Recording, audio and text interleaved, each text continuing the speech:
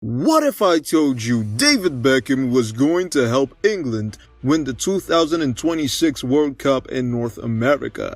Yes, that's not a typo. Because when you own a MLS team with facilities most teams in Europe would take with a heartbeat, you can still offer your services to national teams on tour for next year's World Cup. This is David Beckham's Miami Empire, where football meets fashion and every day looks like a GQ photo shoot.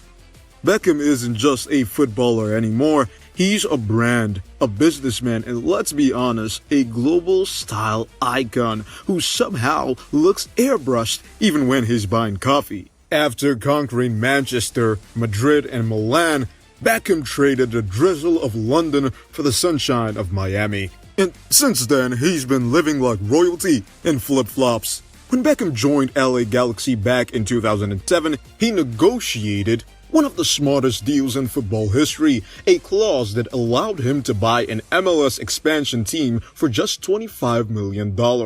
At the time, people laughed. Now, that little clause has turned into a club worth over $1 billion. Beckham basically pulled off the football version of buying Bitcoin in 2010. And then came Messi. When Lionel Messi signed for Inter Miami in 2023, the entire city exploded. Tickets prices tripled, jersey sales went wild, and Inter Miami became the football club everyone suddenly pretended to support. How many pink and black shirts have you seen on the streets? That's right, other than the Galaxy Beckham shirt of his playing days, MLS shirts aren't exactly first choice. Beckham's $25 million investment became one of the most profitable deals in sports history, and he didn't even have to score a goal to do it. He's working on Miami Freedom Park, a $1.3 billion mega project with a brand new stadium, hotels, restaurants, and a park twice the size of Disneyland. It's not just football anymore, it's a Miami empire, built by one man who clearly never heard the word retirement. Now, when you're Beckham, you don't just live in Miami, you float above it. Let's talk about his home base, a $24 million penthouse in the 1000 Museum, a futuristic skyscraper designed by legendary architect Zaha Hadid. This place looks like a UFO parked in downtown Miami.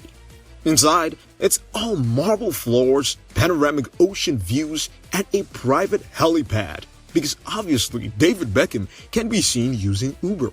Each apartment has access to a private wellness spa, an indoor pool, and a sky lounge that looks like something out of Iron Man's penthouse. But one mansion wasn't enough, so Beckham and Victoria dropped another $20 million on a waterfront estate on Palm Island. It's pure Miami luxury with a private dock, infinity pool, a wine cellar the size of a nightclub, and neighbors like Jennifer Lopez and Dwayne Wade.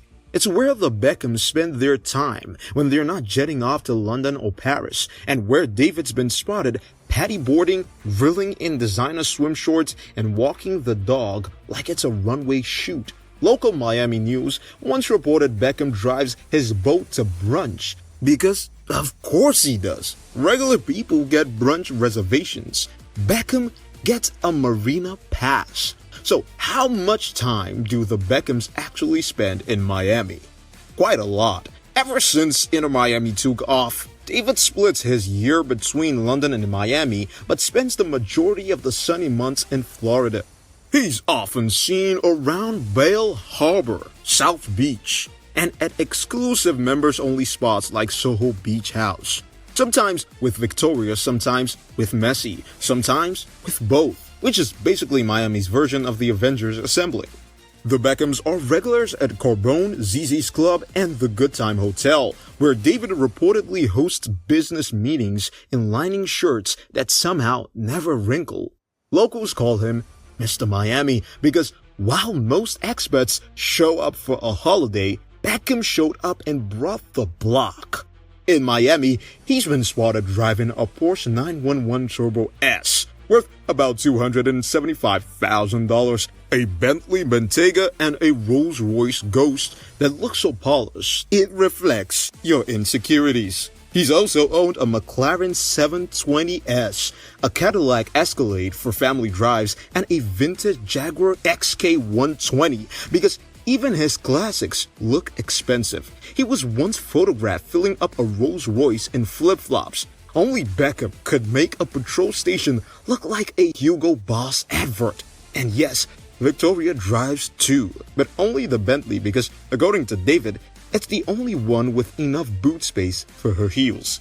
Let's not forget, Beckham basically invented modern football fashion. He made tattoos classy, he made buzz cuts iconic, and somehow he made wearing a sarong in public almost work.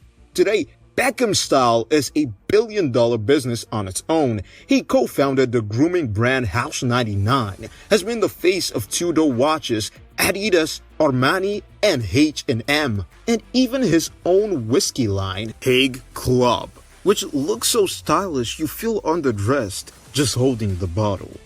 His personal fashion line brings in millions a year, and he's still one of the world's highest paid retired athletes. Basically, even when he's not kicking balls, he's kicking goals in business.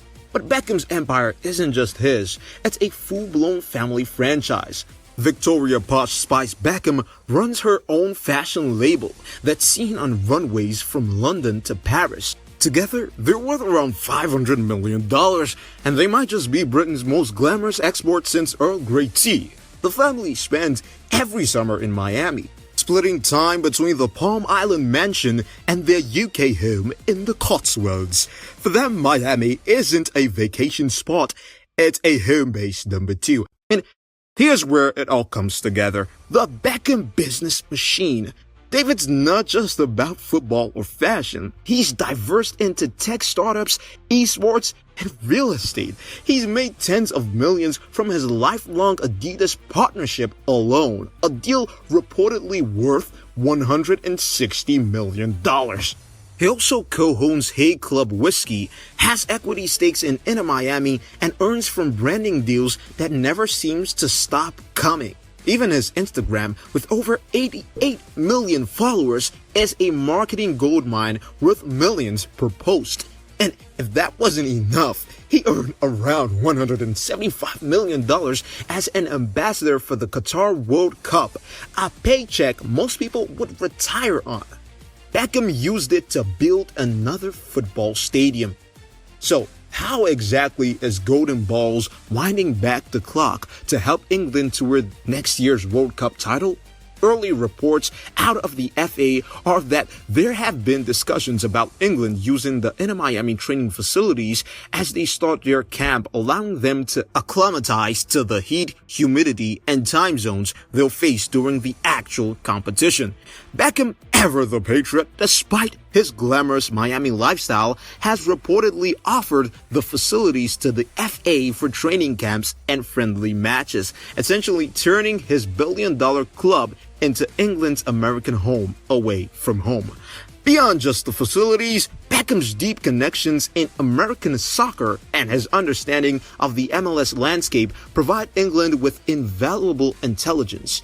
He knows the stadiums, the travel logistics, and the unique challenges of playing across North America's vast geography. Having Messi and other world-class players at Inter Miami also means England could arrange high-quality practice matches without the logistical nightmare of flying to South America or Europe. It's a partnership that makes perfect sense. Beckham gets to support his country while showcasing his Miami empire on the global stage. And England gets a luxury training base with an insider's knowledge of American football infrastructure. When the club kicks off in 2026, don't be surprised to see Beckham on the touchline in his trademark tailored suit, having played a quiet but crucial role in England's campaign from his sunny Florida headquarters. So, if the Three Lions of 2026 can finally bring home the converted prize after years of hurt, Beckham can say he played a part even years after his retirement. And with the like of Harry Kane, Bellingham, and Cole Palmer in the squad, to bet against them. If you enjoy this look inside Beckham's Miami Empire, hit that like button, subscribe for more football meets luxury stories, and let me know in the comments whose lifestyle should we dive into next.